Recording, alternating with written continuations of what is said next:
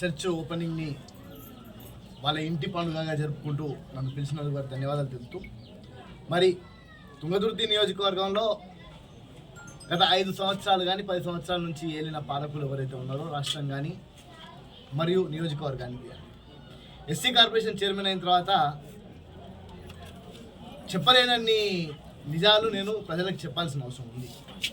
రాష్ట్రంలో 364 కోట్ల అప్పులతో ఎస్సీ కార్పొరేషన్ని పూర్తి స్థాయిగా నిర్వీర్యం చేసి గత 5 సంవత్సరాలలో ఇక్కడ ఉన్న ఎమ్మెల్యే కనీసం ఒక్క దళితులకు కూడా ఎస్సీ కార్పొరేషన్ లోను ఇచ్చే పరిస్థితి లేకుండా చేతగానోని లెక్క, కేసీఆర్ ఇంట్లో జీతగాని లెక్క, ఆయన ఎంగిలి మెతుకులకు ఇప్పటికీ కూడా మా నాయకుడి మీద రాష్ట్ర అభివృద్ధి ప్రదాత మా ముఖ్యమంత్రి రేవంత్ రెడ్డి మీద ఏదో సెటైర్లు వేస్తే పెద్ద నాయకులు అవుతారని అనుకుంటున్నారు.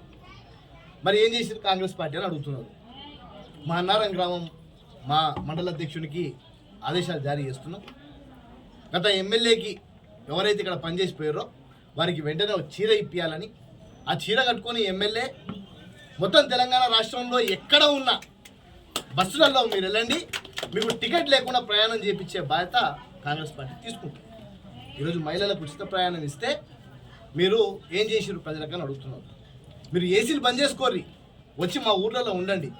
200 లోపల పవర్ ఉంటే వారికి ఉచిత కరెంటు బిల్లు వస్తుంది. ఈరోజు గత ప్రభుత్వం మీ నాయకత్వంలో, మీ ముఖ్యమంత్రి గారి నాయకత్వంలో అరోరా యూనివర్సిటీ అని, మల్లారెడ్డి యూనివర్సిటీ అని, అనురాగ్ యూనివర్సిటీ అని అడ్డగోలు యూనివర్సిటీలు పెడితే మా ముఖ్యమంత్రి వచ్చిన తర్వాత మా యువకుల కోసమని స్పోర్ట్స్ యూనివర్సిటీ పెడుతున్నారు, స్కిల్ యూనివర్సిటీ పెట్టినారు. 28 నియోజకవర్గాలలో తుంగతుర్తి నియోజకవర్గాన్ని కూడా తీసుకొని ఒకే కులం గురుకులం అనే పేరుతోని ఇక్కడ కూడా ఒక ఇంటిగ్రేటెడ్ స్కూల్ని ఏర్పాటు చేసే విధంగా ఇక్కడ ముఖ్యమంత్రి గారు ప్రకటించారు. అంటే తుంగతుర్తి అభివృద్ధి చెందితే వీళ్ళకు మరి కడుపు నిండదు. ఎందుకంటే గతంలో కేవలం ఇక్కడ ఉన్న మొత్తం ఇసుకను దోపిడీ చేసుకపోయి గత పాలకులు పూర్తి స్థాయిగా ఇక్కడ ఉన్న ఎమ్మెల్యే గారు మరి రాష్ట్రానికి ముఖ్యమంత్రి గారికి తీసుకపోయి నిధులు ఇచ్చుకుంటుండే. ఈరోజు వాళ్ళ పరిస్థితి అది లేదు. ప్రజలు అడ్డగోలుగా ఓడగొట్టినా కూడా ఈరోజు మా నాయకుడు ముఖ్యమంత్రి రేవంత్ రెడ్డి మీద మాట్లాడడం సిగ్గుకరం.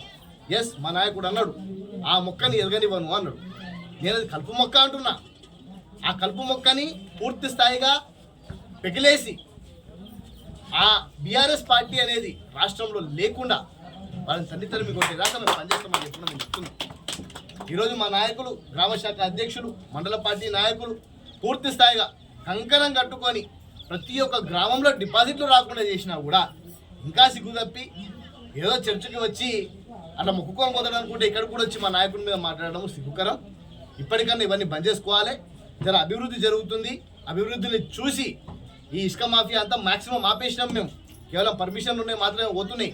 మీ లెక్క అడ్డగోలిగా ఎప్పుడు హైదరాబాద్ నుంచి వచ్చినా కూడా లారీలు అడ్డగోలుగా రోడ్ల మీద ఆగుంటుండే, పోలీసు అరాచకం ఉంటుండే. ఇప్పుడు ఫ్రెండ్లీ పోలీస్ అయిపోయింది. పూర్తి స్థాయిగా చూసుకుంటే స్వేచ్ఛా వాయువులతో ప్రజలు బతుకుతుంటే మీకు చూసే ఓపిక లేనట్టుంది. మా ముఖ్యమంత్రి రేవంత్ రెడ్డి గారిని మీరు ఇంకోసారి విమర్శిస్తే తుంగతుర్తి నియోజకవర్గంలో ఏ గ్రామంలో కూడా మిమ్మల్ని తిరగనివ్వము, ఖబర్దార్ అని చెప్పి